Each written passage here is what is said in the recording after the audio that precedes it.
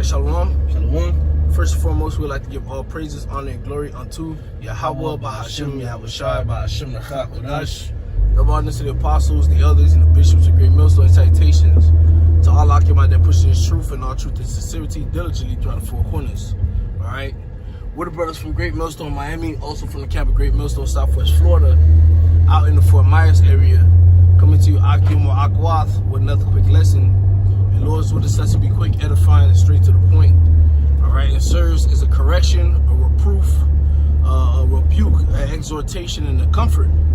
All right, this lesson is really going to be just based off of, the Chariots, man. All right, because as of late, we've been seeing in the news that there's this talk about how DJ Trump is about to release the UFO files fully, and how Christian churches need to start preparing their congregations, all right, for what they're about to find out. All right, I was reading the article, and one of the lines said how there's going to be a lot of people that's going to be forsaking Christianity, because they're going to find out that there's many universes out there. All right, and how the Christian church is going to have to figure out a way to solidify the creation story. All right, but hey, we're here to let you know, man. The creation story is what it is, man. Yep. The Lord did his just due, as the scriptures say, 6 days, and on the seventh day He rests. Mm-hmm. Which, when you go into those days, what is that in 2 Peter 3? It tells you that one day with man is 1,000. One day with the Lord is like 1,000 years. 1,000 years with men. So those days it actually took 6,000 years to create everything that we see, and on the 7,000th year, all right, the Lord rested, man. That's right. All right, everything was completed. That's to stick. There's no need to be like, oh, this and that and the third. No, but we do have to understand the chariots are a real thing, all right, and they are the vessels of Yahweh Bahashem Yahushai, man. All right, and within them, you're not gonna find little green men, all right, but you're gonna find what? You're gonna find angels, okay, who look like dark-skinned men with froze, okay, and those vessels are only going to do one of two things when the time comes. All right, they're going to deliver the elect of the nation of Israel, and they're going to destroy the wicked. All right. So with that being said, we're going to get a few precepts to close out. You got it, bro. Hey, this is the book of Matthew, chapter 24. This is talking about deliverance. Yep.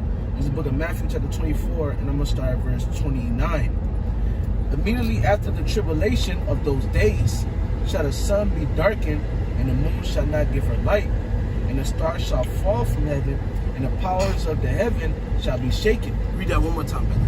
Matthew 24 and 29. Immediately after the tribulation of those days shall the sun be darkened, and the moon shall not give her light. And what day is that talking about, man? That's talking about the day of judgment, man. That's right. The day, or as it would say, World War III, the day of the Lord, man. That's right. All right. When that time happens, man, there's going to be a type of war that the world has never seen before. All right, a war that's going to be fought via thermonuclear warfare, man, where ICBMs, intercontinental ballistic missiles, all right, are going to be shot off from various parts of the world, all right, and to hit America, man. All right, to hit Babylon. Okay, go ahead, brother. It says, and the stars shall fall from heaven. Yeah. And the powers of the heavens shall be shaken. Yeah, and you gotta understand, when these things were written, they had to use whatever terminology and understanding they had, man. Yep. So those stars falling from heaven will symbolize those warheads re-entering into the atmosphere, man. That's right. They look like glittering stars, man. All right, that's why the scriptures talk about a glittering sword. Okay, read that part again. It says, the last part of that verse. I was at 30. It's like it says, and the stars shall fall from heaven, and the powers of the heavens shall be shaken. Yeah, the powers of the heavens shall be shaken, man. All right.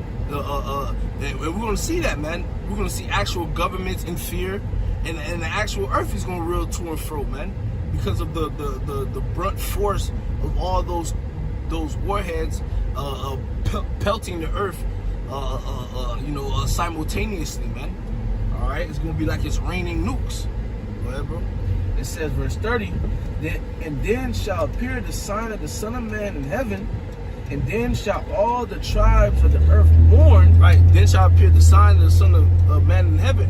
How is he going to appear, man? Acts 1. The same way he left. If you could hold that and go to Acts 1 real quick. Okay. All right, because when you read the book of Acts, the first chapter, all right, we see that Yahweh Shai, before he departed, he was talking to his disciples, who turned apostles later on. All right, and they witnessed something. And let's see what they witnessed. Go ahead. It is the book of Acts chapter 1 and verse 9. And when he had spake these things, while they beheld, he was taken up, and a cloud received them out of their sight. Right, a cloud received them out of their sight, man. All right, a cloud goes into the chariots, man. Was that in Psalms? Yeah. The scriptures say, who makes his clouds his chariots? Mm-hmm. All right, the clouds are talking about the chariots of Yahweh Bashim Yahushua, man. Okay, so Yahweh Shah was taken up in a chariot, man. All right, he was taken up in a UFO, what you would consider today as a UFO. That's what came and took Yahweh Shah away after he had died and rose again, and he ate amongst his disciples, and he teach and he prophesied, and he told his disciples to tarry here until you get the Holy Spirit, and when it was time for him to leave, that's how he left, man. That's how he left.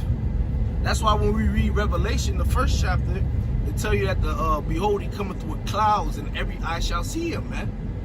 All right, you got it, bro. And if you whatever you want to say, you can hop in whenever. Okay. Verse 10. And while they looked steadfastly toward heaven, as he went up, behold, two men stood by them in white apparel. Yep, those two men were what? Angels. All right, go ahead. Which also said, ye men of Galilee, why stand ye gazing up into heaven? Right, the angels was like, man, what y'all so shocked at, man? What y'all wooed at? Right. Why y'all staring up into the sky like that? Go ahead. This same Yahweh Shai, which is taken up from you into heaven, shall so come in like manner as ye have seen him go into heaven. Yep, via a chariot, man. So we can clearly say, we can confidently say, yep, that we are waiting for Yahweh Shah to return, and he's going to return in a chariot, a UFO.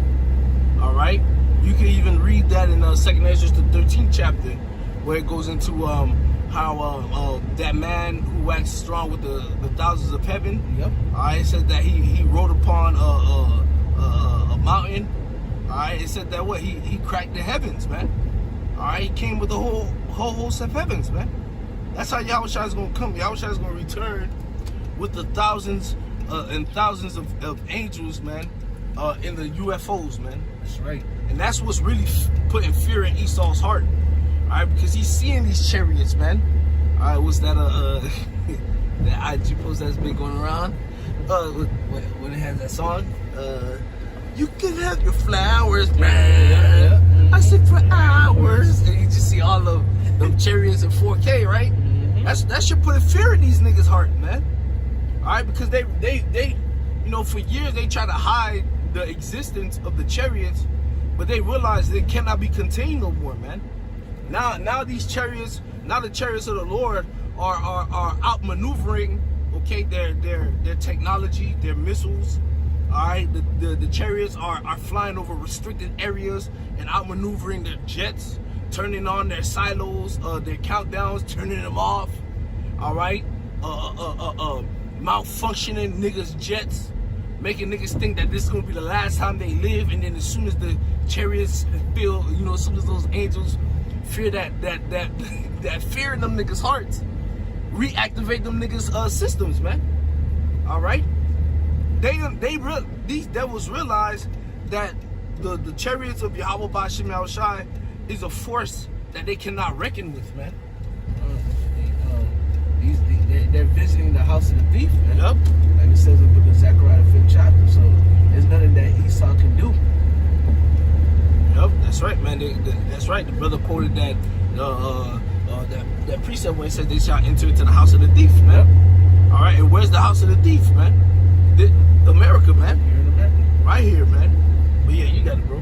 And back in that Matthew 24 and 30, and then shall appear the sign of the Son of Man in heaven, and then shall all the tribes of the earth mourn, and they shall see the Son of Man coming in the clouds of heaven with power and great glory. Yeah, he's gonna have power and great glory, man. Because why? The Lord is gonna be with the thousands of his angels, man. Read that in where's that in Jude? Yeah, I was already gonna grab that. You can grab it real quick. This is the book of Jude,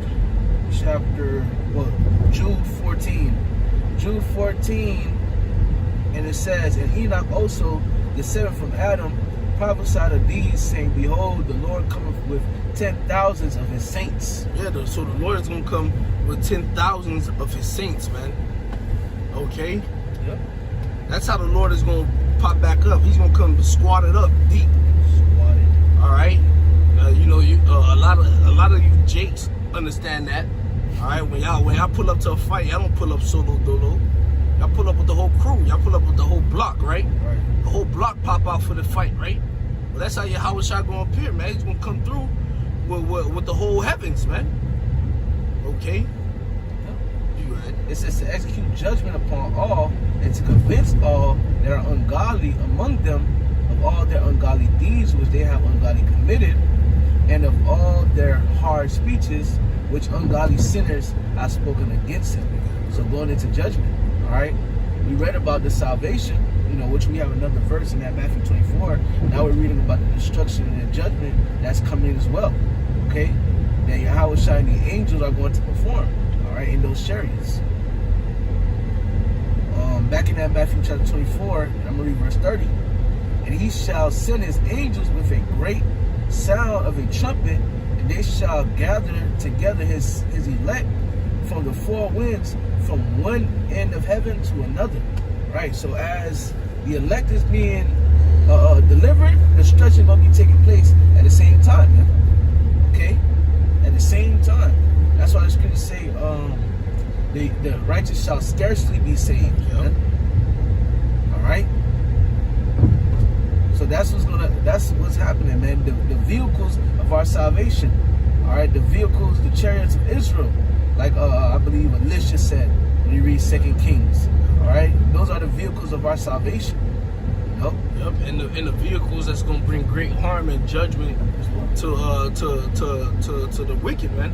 Because last night during the live stream we brought out 2 Thessalonians. Mm-hmm. All right, yep. Where it talks about the brightness of his coming. Yeah. All right, and that goes into the chariots, man. All right, read Psalm 18, man. Psalm 18 is a good chapter to read. You'll see King David is in a conundrum, so to say, man. He's at war. All right, but then guess what, man? The Lord bowed the heavens for him, man. All right, the chariots popped up, picked him up from one part of the battle, took him to the other part of the battle, and did what? And then and brought pure judgment upon King David's enemies to reboost his confidence, man.